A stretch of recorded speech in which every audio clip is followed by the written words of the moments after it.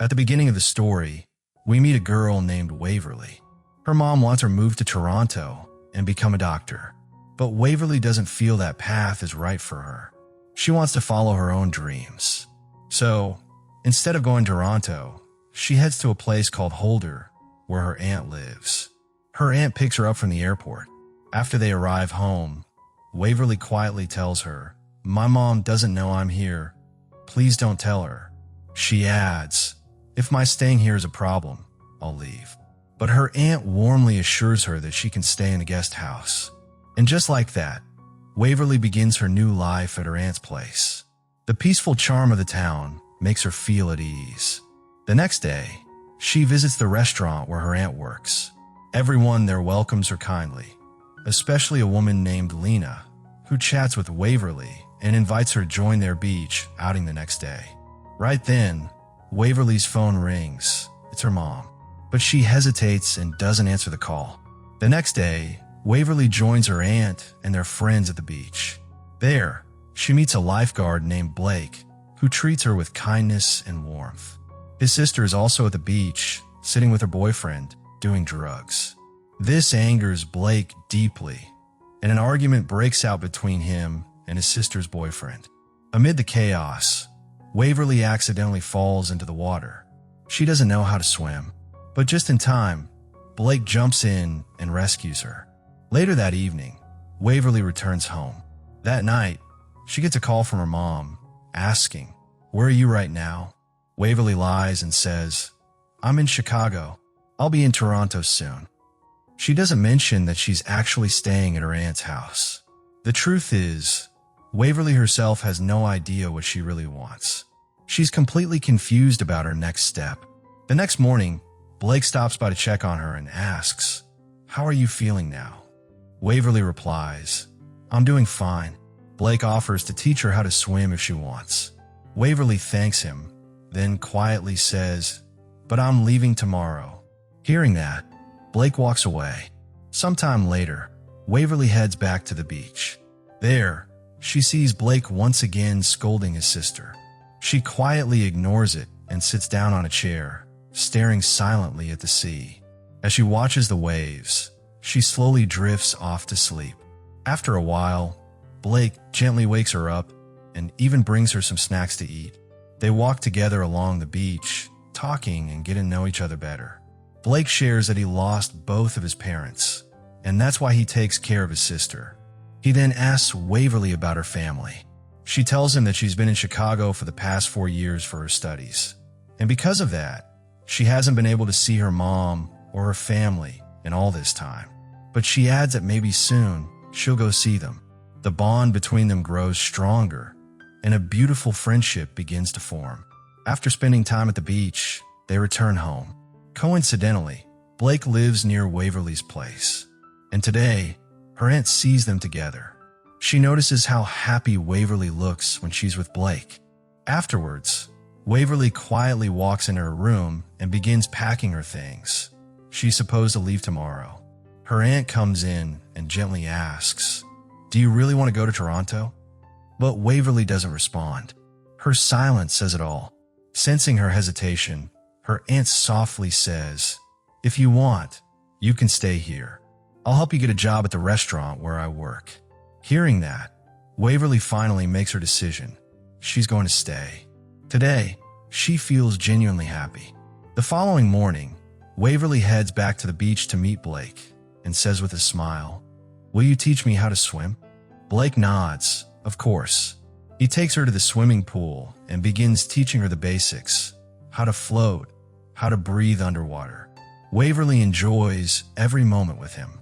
Spending time here, and especially with Blake, makes her feel alive.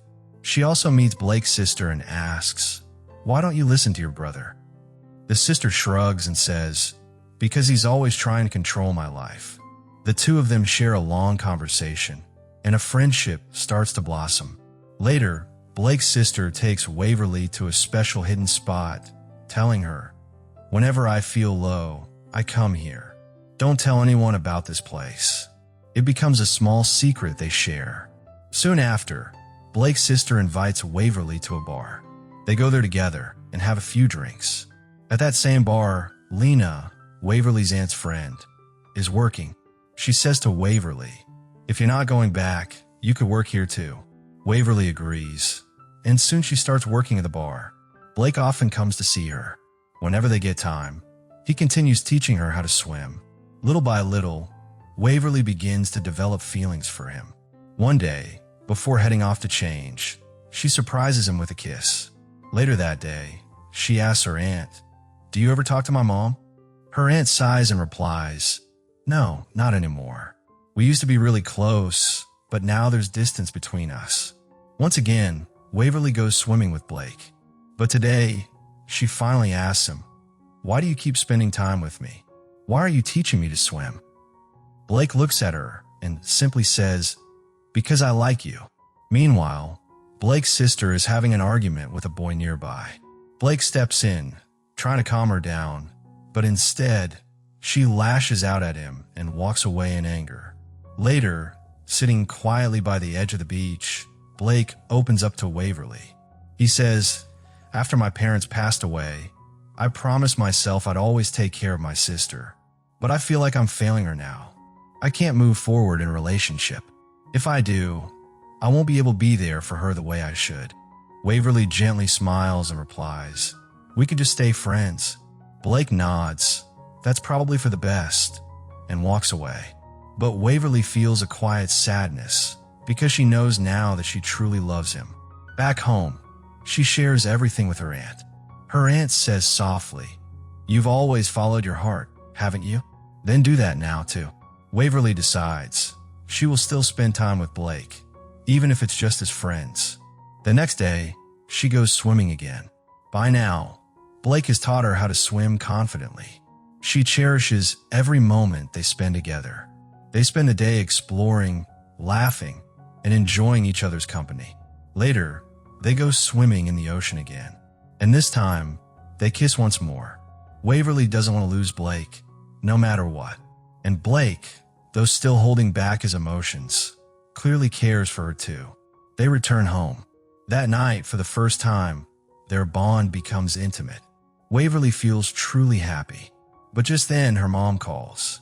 She says, "You must be in Toronto by now. I want to speak with your senior doctor." Waverly quickly makes up an excuse and ends a call. Waverly decides to meet Blake again. That night, she joins him and the others for dinner. Everyone is chatting and enjoying the evening, when suddenly, Waverly's phone buzzes. It's a message from her mom. "We've reached Toronto. We want to see you." Seeing the message, Waverly feels her heart sink. She quietly gets up from the table and steps aside to make a call. With a trembling voice, she tells her parents the truth. "I'm not in Toronto. I never went there. I never started the job. I've been in a place called Holder this whole time." Hearing this, her parents are stunned. Deeply hurt, they say, "After everything we've done for you, you lied to us." Waverly is left feeling overwhelmed and broken. At the same time, Blake is seen arguing with his sister again. She gets angry and walks away. Just then, Waverly approaches him and says softly, "I think I'll be leaving tomorrow. My parents have come to Toronto to see me." Blake replies, "Yeah, maybe you should go. Anyway, what we had was just friendship." His words pierce through her heart. Waverly feels crushed. Holding back her emotions, she walks away in silence and finds Lena at the bar. With teary eyes, she tells her, "I'll be leaving soon. Whatever there was between me and Blake, it's over now." As she says this, tears begin to fall. And just like that, a distance grows between Blake and Waverly, one that neither of them knows how to close.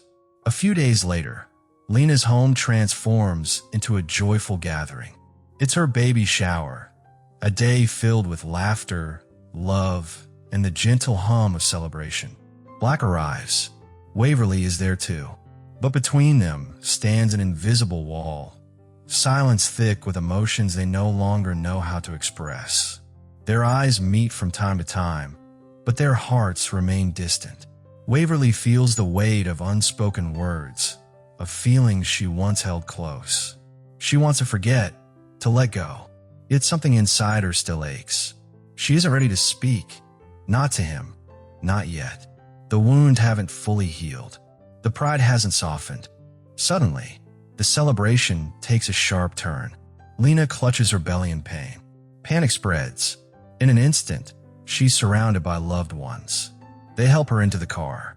She's rushed to the hospital. In the flurry of movement, Black realizes his sister is missing. He tries calling her.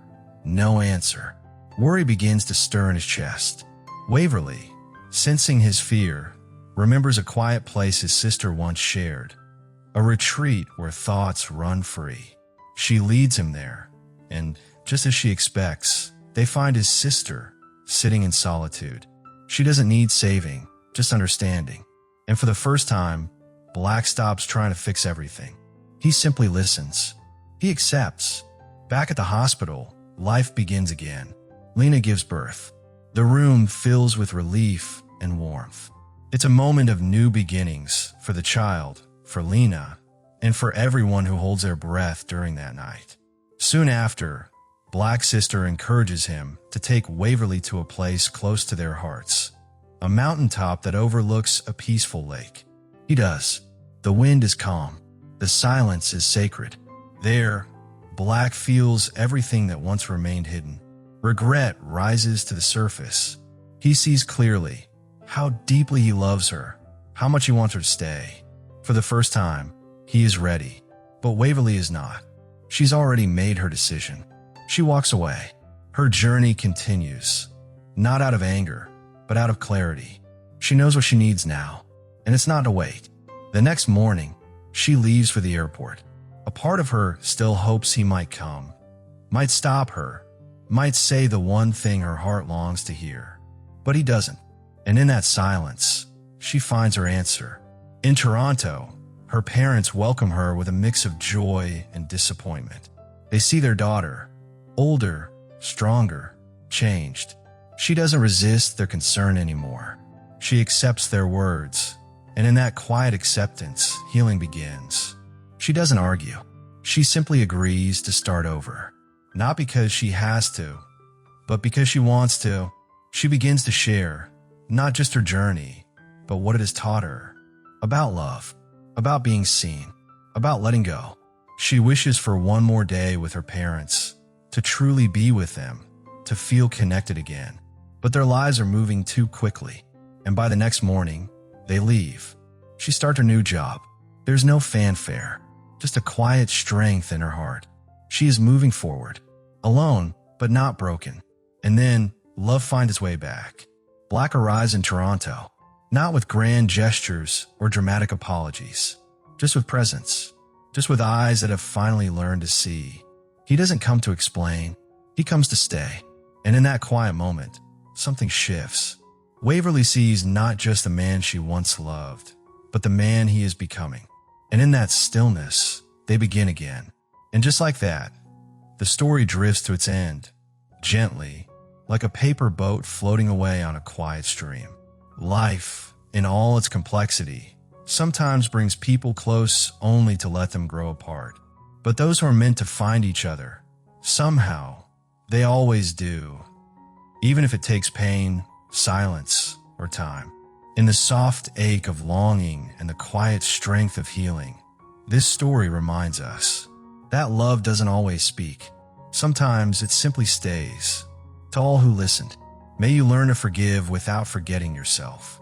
May you find someone who listens, even when you say nothing. And may your heart never stop believing that it's worthy of returning love. This beautiful tale, adapted from Float 2023, is more than just a love story. It is a mirror of real emotions, imperfect moments, and silent choices. A tribute to those who love softly, from a distance, and still remain. We deeply thank the original creators for such a heartfelt story. Their vision brought this world to life, and we are grateful to carry that emotion forward. If this story touched you, support this journey. Not with noise, but with presence. Just stay with us, because stories like these deserve to be heard, gently, honestly, and again.